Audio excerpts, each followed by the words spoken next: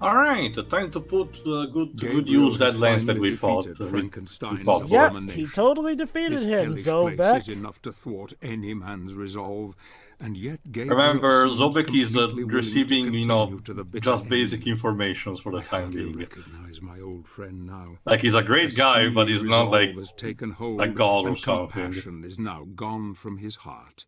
He doesn't sleep these days, more's the pity.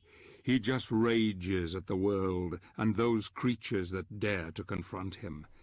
This next challenge will tax his mind further, and I fear it may break it forever. Yeah, come on, Zobek, have some faith. He has seen some You're way things... too doom and gloom, Patrick Stewart. Okay. To be fair, Zobek, Gabriel's seen things that would probably send most normal people to the asylum at this point. Giant spiders, ghouls... And yet he's keeping his composure for the time being. Well, Zobek's questioning rings true. Like, how much the pushing is gonna be before Gabriel finally snaps. But anyway, for the time being, here's a cool toy from Frankenstein.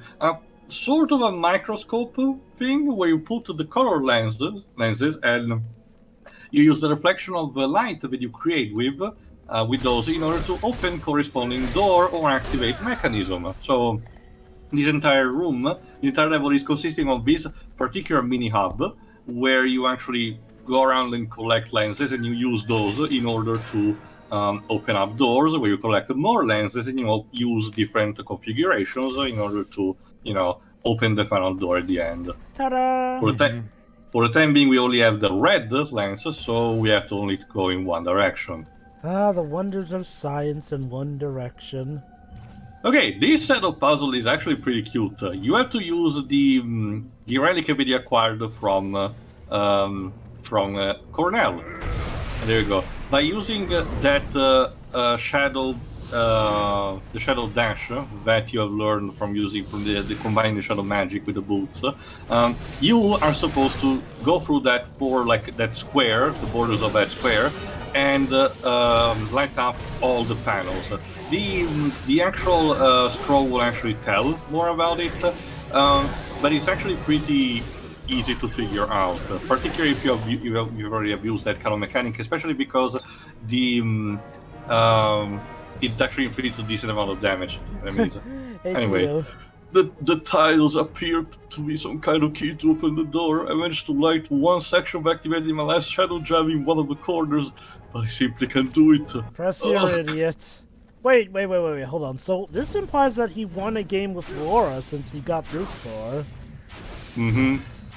Which means he also faced that mechanical or maybe he just managed to, or maybe he managed to arrive it, through a different route or something.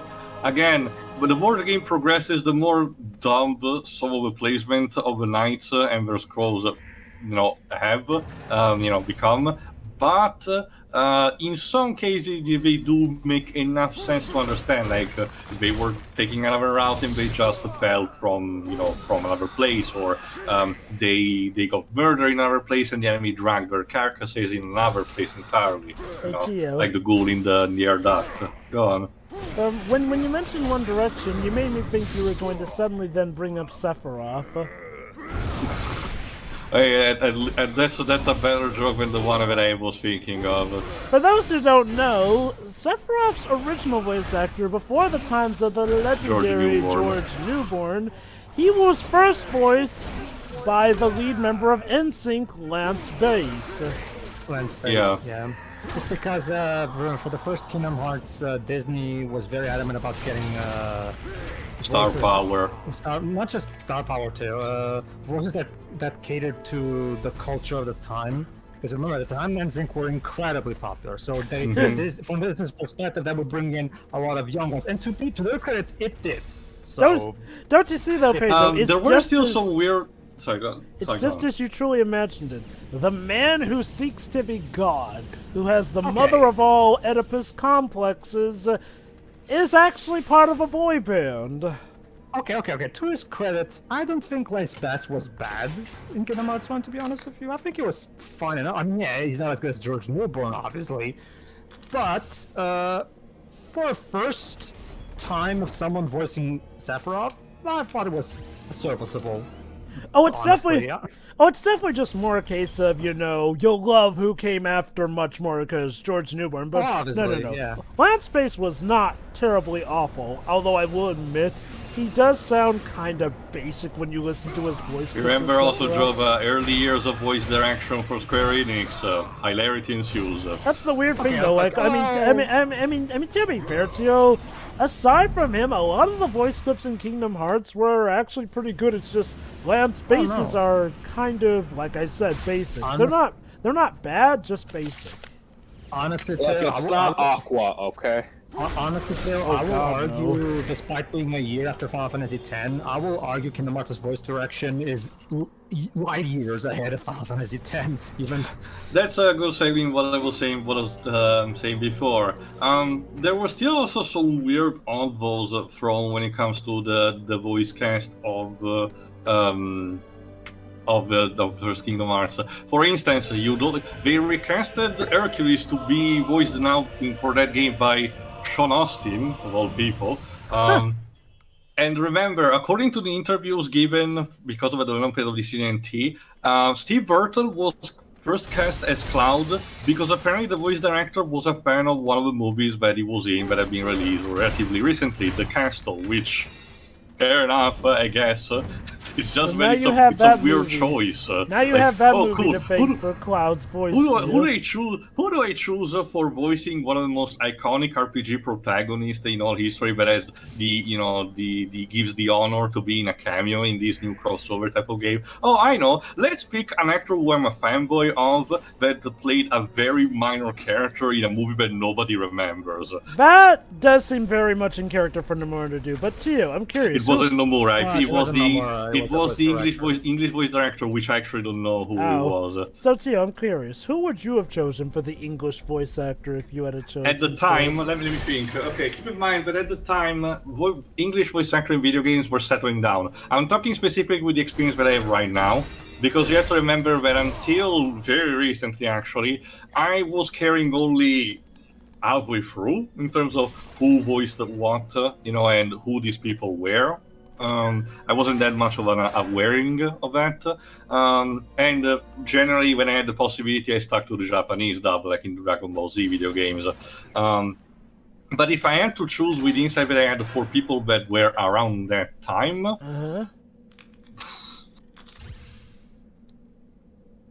I guess, okay, it might sound weird, but he probably would have chose Steve Blum. Now, hear me out. Wait, I thought it was Bloom. No. I think it's pronounced both ways, but I always remember being heard Steve Blum. Regardless. Now, hear me out. The average voice impression that Steve Blum manages to give is actually being like a goblin-esque, like sniveling type of voice, or the more deep stuff. But he is actually capable of a middle ground that kinda could replicate what Takahiro Sakurai does for the Japanese version. And keep in mind, I'm just answering on the spur of a moment. I'm pretty sure if actually I can think about it, I would manage to find a more appropriate one. Me personally, I would have gone with Sam Riegel. Sam Riegel's the kind of guy who can do serious but optimistic, but also stoic at times. Sam Riegel is the kind of guy that I would have chosen for Zack instead. same.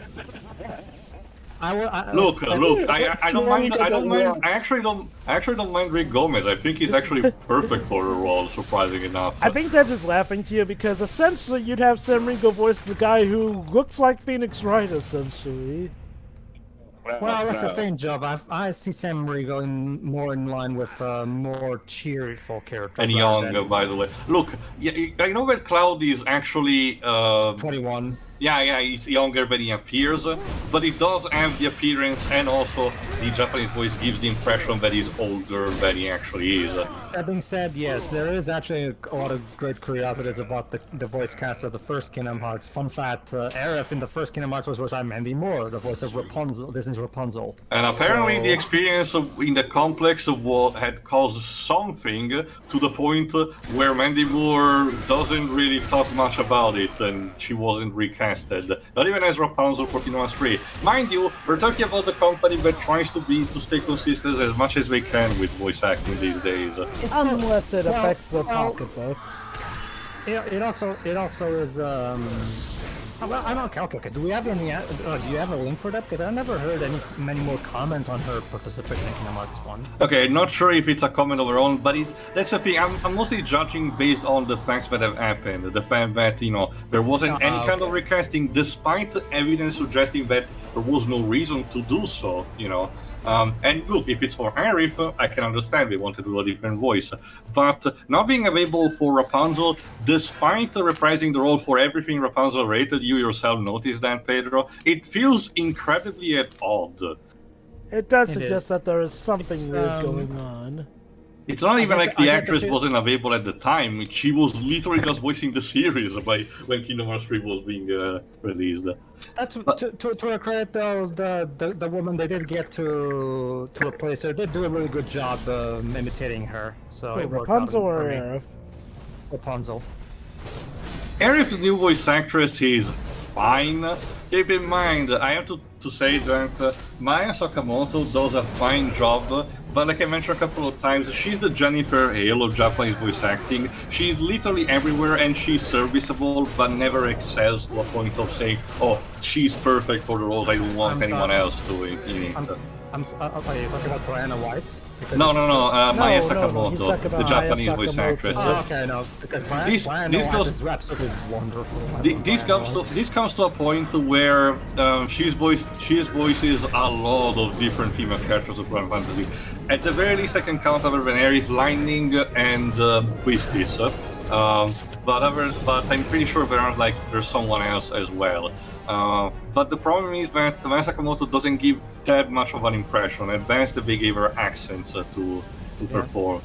Fun fact, Brianna White actually has her own LP channel called Strange Rebel Gaming, and she even got the actor who plays Barrett to guest star with her in her Bill Bolizinga?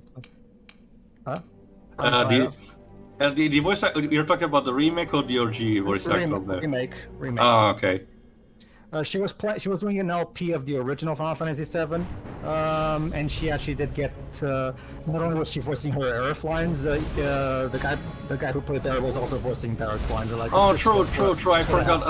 I forgot about it. That's why I got. They were doing this little fun thing of what if the new voice actors were voicing the original game, kind of thing. I forgot about it. Yeah, sure. The new voice actress for Aerith for the FF7 remake, it's probably the best of a bunch, to be honest. So I'm fine with that. Cody in particular, to me, is basically a perfect cloud. I honestly cannot ask for a better English cloud person. Like I said, it does give enough, yes, please. I've got a better idea for an English cloud river doesn't exist like on the weather. Thank you for that interesting take, Weebs.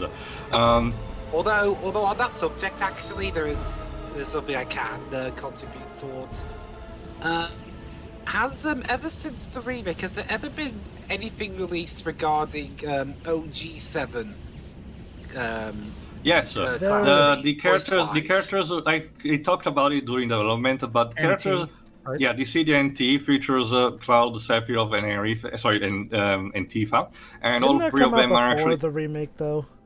In the middle of the development, particularly Tifa. She was actually the last Final Fantasy VII DLC character to be added, and she was again with Rachel Lee Cook. But I'm pretty sure there was something else where they still used the original. So again, I get the idea that there's still the contract clause where they. If it's not strictly just for the remake or something related to that, they still use the OG cast. Again, remember, the whole recasting for the FF7 remake was a thing just for the English version. The Japanese version stick to the original voice actors since they are all of them. And again, aside from Aerith and definitely Cloud, it was kind of a shame because most of the other voice actors were not that bad. Like I mentioned before, Bobo Lizinga, I forgot if it's pronounced like that, is a perfectly fine voice actor. If you're seeing Cowboy Bebop, you know how he sounds like. The problem is that Baron is 2 or 3 lines in the entirety of the compilation. Same goes for Red 13. I will definitely agree with you on some aspects. I actually do prefer Lionel O'Brien as Red 13 over the one in the remake. Max Mittelman. not that Max is bad. Of course, Max is a great voice actor. Don't get me wrong, but I think Liam O'Brien did an over. I think his voice, the voice he gave him in Advent Children, what was it? Also Dirge of Cerberus, if I remember correctly. Yes. Well, that, again, that's the thing. Red 13. No, Red 13 doesn't even appear in Dirge of Cerberus. Don't get me wrong. Yes, of course. Just like that, Red 13 had very few spoken lines in the compilation, but the few that he did have, I did like Liam's voice better than Max's voice. That's what I'm saying. Same thing with here, to use a better example, to use a more elaborate example, Tifa. Don't get me wrong, the new voice actress for the remake is great. I just think Rachel Cook's voice fits just a bit more because I think the new voice actress sounds a bit too old for Tifa, in my opinion. Like, if I may, like a bit younger, because she's supposed to be 20. So and the way she sounds a bit like she's in her late 30s to me. Let me put it like this: Rachel A. Cook always got this good mixture of mature, but on the outside young, like in the sense that, yeah, Tifa was the team mother, but it didn't mean like she was physically old, whereas this new voice actress kind of makes her sound like a mother in a sense, which awakens a whole Joe bunch was of right it. into MILFs confirmed, what? Thank you, Deji.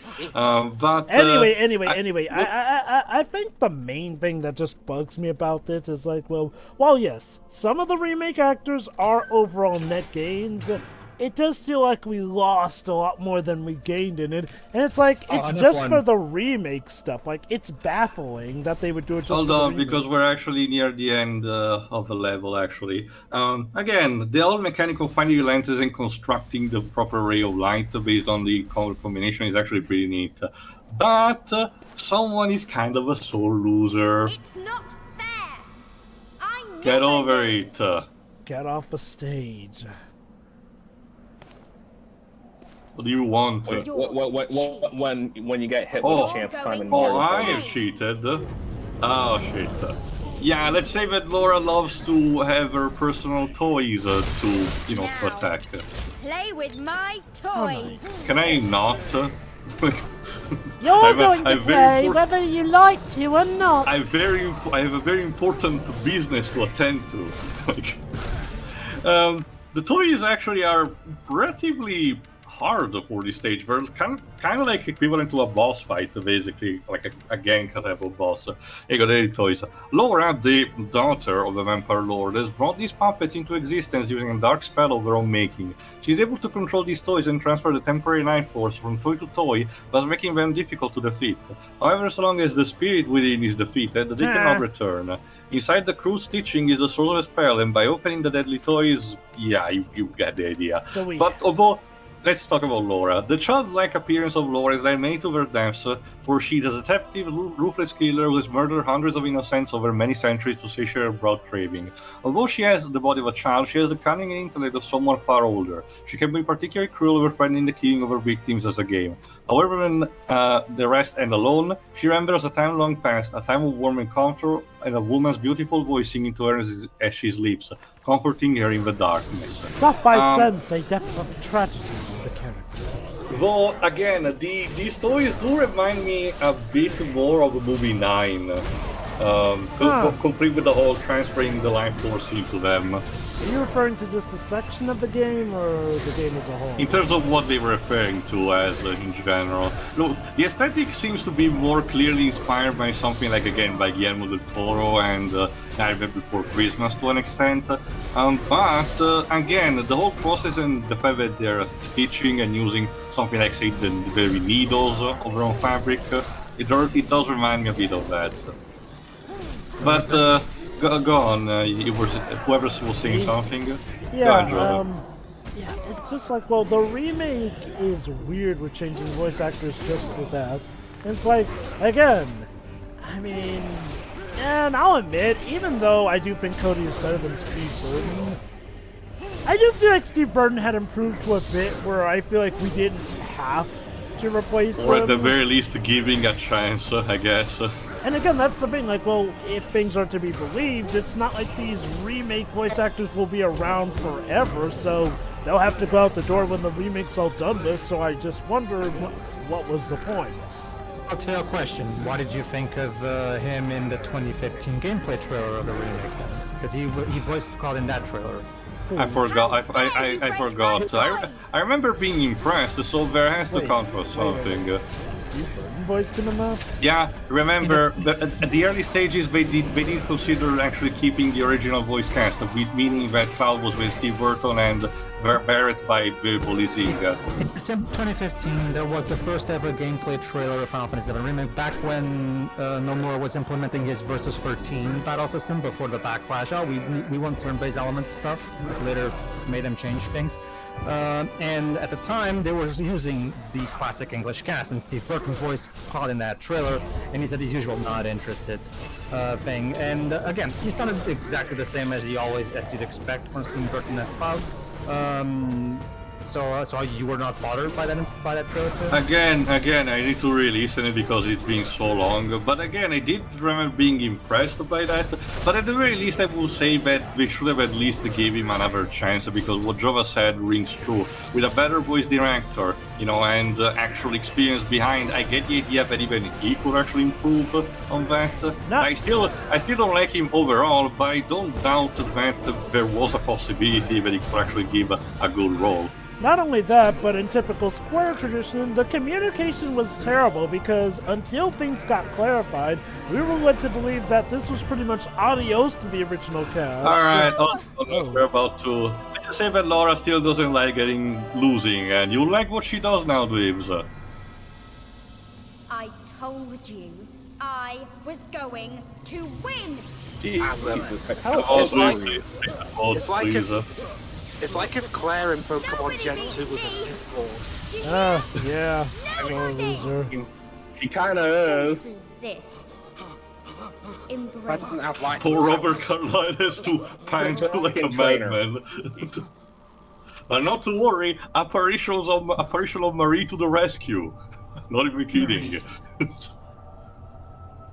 It's okay, don't worry, just think of electrostimulation.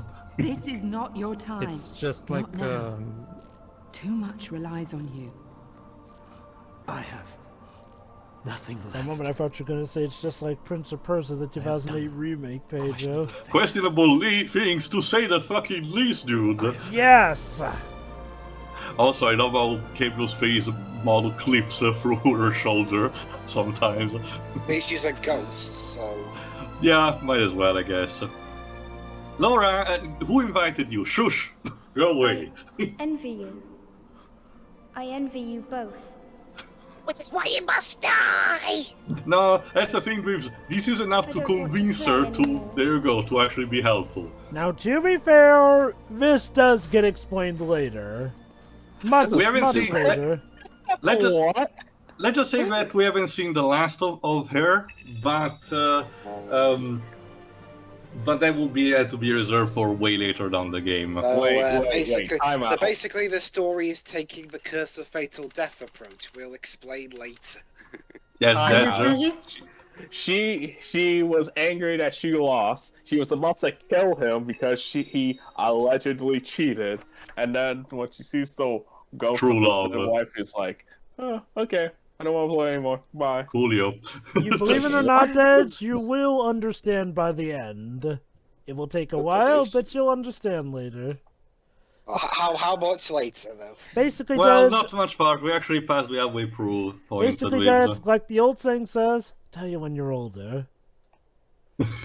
Yeah, Anyway, I don't want to wait till I'm older. See you for the next part, where we actually confront ultimately the second Lords of Shadow, the Lord of the Vampires. See ya. See ya. Yeah. So Tio, question, how's Yuffie's new voice actress compared to the old? Susie Young, yeah. Okay, I don't remember much of her OG English voice actress, so too much to compare, but I really enjoy how spunky the new one is. Well, actually, Tia, you can refer to that as voice actresses. Oh, Because she had one, and then she had another one, and then we've got I Susie forgot, Young. sorry. I will actually argue that Yuffie is actually one of the better treated when it comes to the various voice actors she's had. Like, she's been changing voice actors fairly regularly. I mean, but she's always managed to a consistent type of performance, even when the voice actors change it. Honestly, the problem with the passing of the games with Yuffie is not so much the actual voice actresses as much as the costumes. Oof. One worse than the other.